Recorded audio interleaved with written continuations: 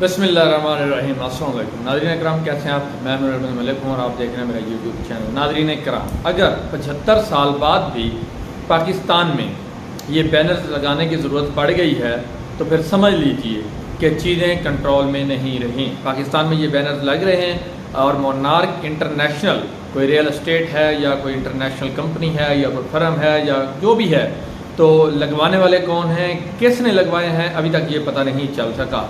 लेकिन बैनर लग चुके हैं जिन पर दर्ज है कि पाकिस्तान छोड़ने से पहले ये याद रखना, ये वतन तुम्हारा है, तुम हो पासबां इसके। इसके एक जो है अपोजिट भी एक नारा सोशल मीडिया पे बड़ा वायरल होता है, जिसमें ये है कि ये वतन तुम्हारा है, तुम हो पासबां इसके। इसके मुकाबले में है कि ये वतन तुम्हारा है, हम है खामखा इसमें। तो खैर वो तो एक अलग डिबेट है। तो ये वतन तुम्हारा है, तुम हो पासबां इसके। इस पर जो है ओरिया मकबूल जान साहब ने इस पैनाफ्लेक्स के ऊपर एक ट्वीट किया है। पहले आप वो सुनने में आपको बता देता हूँ। उन्होंने कहा है कि इंसानी तारीख ये बताती है कि सबसे कमज़ोर रिश्ता इंसान और ज़मीन का है। जब ये धरती माँ ने जानवरों के लिए घास और इंसानों के लिए पीने का पानी बंद किया, लोगों ने इसे छोड़कर किसी सरसब्ज़ ज़मीन को माँ बनाया। आज तक कोई भी शख्स कहत, बीमारी और रियासती जुल्म में धरती माँ से नहीं चिमट कर नहीं बैठा रहा। पोस्टर ना लगाओ, जुल्म बंद करो। तो ये और ये मकबूल जान साहब ने जो है इस पैनाफ्लेक्स के ऊपर जो है अपना ट्वीट किया है। अब जो है आपको अगली बात बताते हैं कि एक बात आप ध्यान में रखें कि अगर 75 साल बाद भी लोगों को ये कहना पड़ रहा है कि आप मुल्क छोड़कर ना जाओ, तो फिर समझ लें कि हम जो है बहैसियत पाकिस्तानी या इस मुल्क के जो हुक्मरान हैं हम फेल हो चुके हैं। भारत हमसे तकरीबन एक दिन बाद, क्योंकि हमारी जो यौम आज़ादी आने वाली है 14 अगस्त है और भारत की 15 अगस्त है, तो एक दिन बाद, वैसे तो हम एक ही दिन आज़ाद हुए थे, तो वहाँ आज तक ऐसे पोस्टर नज़र नहीं आए। तो मोदी ने वहाँ पे ऐसा क्या किया है वो आपको बताते हैं कि मोदी ने वहाँ पर जो है कहा है कि मैंने डेल, एप्पल, HP और लिनोवो समेत तमाम इंटरनेशनल जो बड़ी कंपनियां हैं उनके लैपटॉप भारत में लाने पर पाबंदी ऐड कर दी है, ताकि लोग लोकल जो मेड के इंडिया के मेड इन इंडिया लैपटॉप हैं वो यूज़ करें और उनको, ताकि उनके मुल्क की इकानमी जो है वो बेहतर हो। इसके अलावा भारत ने चंद्रयान 3 लॉन्च किया, जो कि तकरीबन वहाँ पर लैंड करने वाला है। और अगर उन्होंने उनके इस मिशन ने कामयाबी से लैंड कर लिया तो ये दुनिया का पहला मुल्क होगा जो वहाँ पहुँचने वाला होगा, क्योंकि यहाँ पे पहले अमेरिका, कनाडा, चाइना, रशिया कोई भी यहाँ पे नहीं पहुँच सका, क्योंकि ये साउथ पोल पर जो है, ये चांद का जो साउथ पोल है उस पर ये मिशन गया है और ये अनकरीब वहाँ पे लैंड कर जाएगा। दूसरी तरफ इंडिया का जो रिज़र्व है इंडिया के 600 अरब डॉलर हैं और हमारे पास जो है 2-3 अरब डॉलर अपने हैं, बाकी मांगे तांगे कोई 8-10 अरब डॉलर जो है इस वक्त हमारे ख़जाने मौजूद हैं, जिनमें कोई 2-3 अपने हैं, बाकी सारे मांगे तांगे के हैं। 75 साल बाद हम कहाँ हैं और इंडिया कहाँ पर खड़ा है, तो आप मुवाज़ना अच्छी तरह कर सकते हैं। अब यहाँ जो एक सवाल पैदा होता है वो ये है कि ये उनके लिए क्यों नहीं लिखा गया जिन्होंने हमारा मुल्क पाकिस्तान उजाड़ा है, जो यहाँ पे हुकूमत करते हैं और हुकूमत करने के बाद या जो हमारे मुल्क के ऊपर बड़े बड़े ओहदों पर रहते हैं, जैसे जज हो गए, जर्नल हो गए, और जब रिटायर होते हैं तो ये मुल्क छोड़कर किसी और मुल्क का पासपोर्ट रिटायरमेंट से पहले ही ले चुके होते हैं और ये फैमिली समेत वहाँ पे शिफ्ट हो जाते हैं। तो ये उनके लिए क्यों नहीं कहा गया कि आप पाकिस्तान के अंदर रहें। तो हुकूमत जो है ये पाकिस्तान में करते हैं, इनके कारोबार और जायदादें जो है ये बाहर हैं, दुबई, लंदन, यूरोप, USA में इनकी जायदादें हैं और कारोबार भी इनके उन्हीं ममालिक में हैं। ये उनको क्यों नहीं कहा जाता कि तुम हो पासबां इसके, आप इस मुल्क के अंदर हैं, वो भी तो इस मुल्क के पासबां हैं। आखिर उस मुल्क ने ही उनको इज़्ज़त और नाम दिया है, जिसकी बिना पर उन्होंने यहाँ पे 30-40 साल वो नौकरी करते हैं, एक इज़्ज़त मकाम पाते हैं और उसके बाद जो है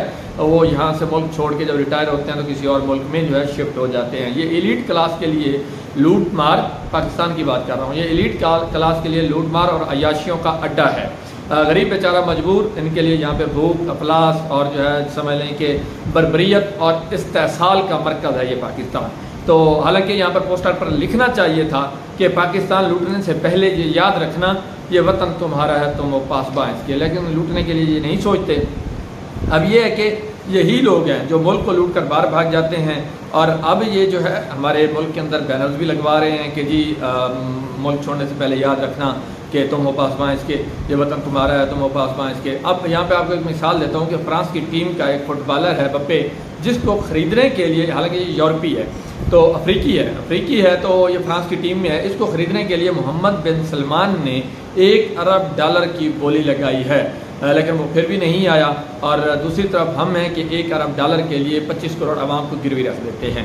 तो ये है जो है हमारी और उनकी जो कंपैरिजन है मईशत का, इसको आप अंदाज़ा लगा सकते हैं। और यह मकबूल जान ने ठीक कहा है कि जहाँ पर जुल्म व बर्बरियत और नाइंसाफ़ी हो वहाँ कोई मतलब कौन रहना चाहेगा।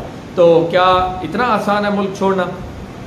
पिछले 16 माह के अंदर 16-17 लाख लोग जो है मुल्क छोड़कर चले गए हैं। और ये लोग कौन थे? ये पाकिस्तान की करीम थी। ये पढ़े लिखे लोग थे, डॉक्टर्स थे, इंजीनियर्स थे, इनमें जो है मैकेनिक थे, उसके अलावा इलेक्ट्रिशियन थे। मतलब ये पाकिस्तान की करीम थी। अमेरिका, कनाडा, ऑस्ट्रेलिया या यूरोप ये किसी ऐसे लोगों को वीज़ा नहीं देता जिनके पास कोई जो है स्किल ना हो। ये स्किल्ड माइग्रेशन के नाम पे इन्होंने प्रोग्राम चलाए हुए हैं। जो स्किल्ड लोग होते हैं सिर्फ वही इन मुल्कों में जा सकते हैं। तो इनमें डॉक्टर, इंजीनियर, वर्कर, अच्छी लेबर हो गई, अच्छा मैकेनिक हो गया, इलेक्ट्रिशियन हो गया, ये सारे काबिल लोग थे जो पाकिस्तान को छोड़कर इस वक्त चले गए हैं। इनको पाकिस्तान के अंदर अपने बच्चों का, बीवी बच्चों का कोई मुस्तकबिल नज़र नहीं आ रहा, तो वो छोड़कर चले गए। किसका दिल करता है कि वो माँ बाप, बहन भाई और बीवी बच्चों को छोड़कर जो है किसी और मुल्क में जाके रहे, और पीछे अगर कोई प्यारा मर भी जाए तो वो जो है उसके जनाजे पर उसका आखिरी दीदार करने के लिए भी नहीं आ सकता। जबकि दूसरी तरफ अगर आप यूरोप जाते हैं तो तकरीबन यूरोप जाने के लिए भी 50 लाख से 1 करोड़ का बजट चाहिए होता है। अब इस बजट के साथ आप पाकिस्तान के अंदर कारोबार कर सकते हैं, लेकिन यहाँ पे कारोबार के जो हालात हैं कि आप देख सकते हैं पिछले तकरीबन 1.5 साल के अंदर जो विक्टिमाइजेशन हुई हमारे मुल्क के अंदर, जिन लोगों के चलते कारोबार थे उनको तबाह कर दिया गया, सील कर दिया गया, पॉलिटिकल विक्टिमाइजेशन के नाम पर कारोबार बंद कर दिया गया। अब कारोबार तो बंद हुए, लेकिन वहाँ पे जो लेबर काम करती थी वो तो गरीब थी, वो बेरोज़गार होकर घर बैठ गई।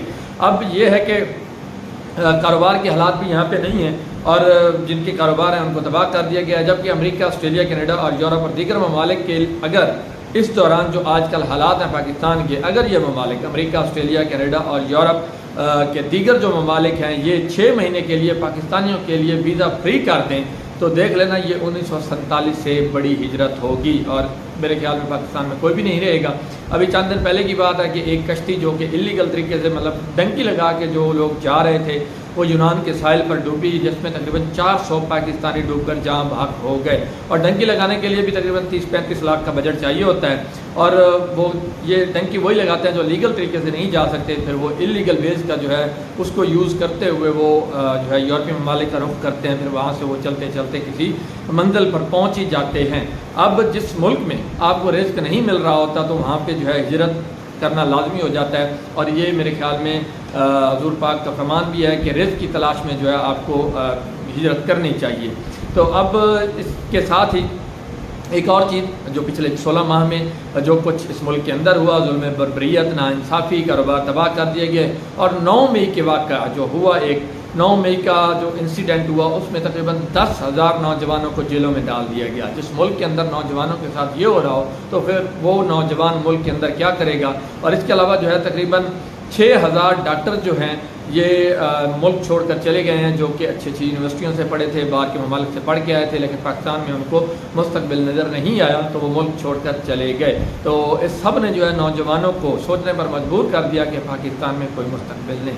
आखिर में आपको इमरान खान के हवाले से भी एक अपडेट देते हैं कि इमरान खान की आज जो है 190 मिलियन पाउंड केस जो कि नैब का केस था उसके हवाले से आज इमरान खान की जो है अदालत के अंदर समाअत थी, जिसमें इमरान खान की जो कबल गिरफ्तारी की ज़मानत थी वो मनसूख कर दी गई है।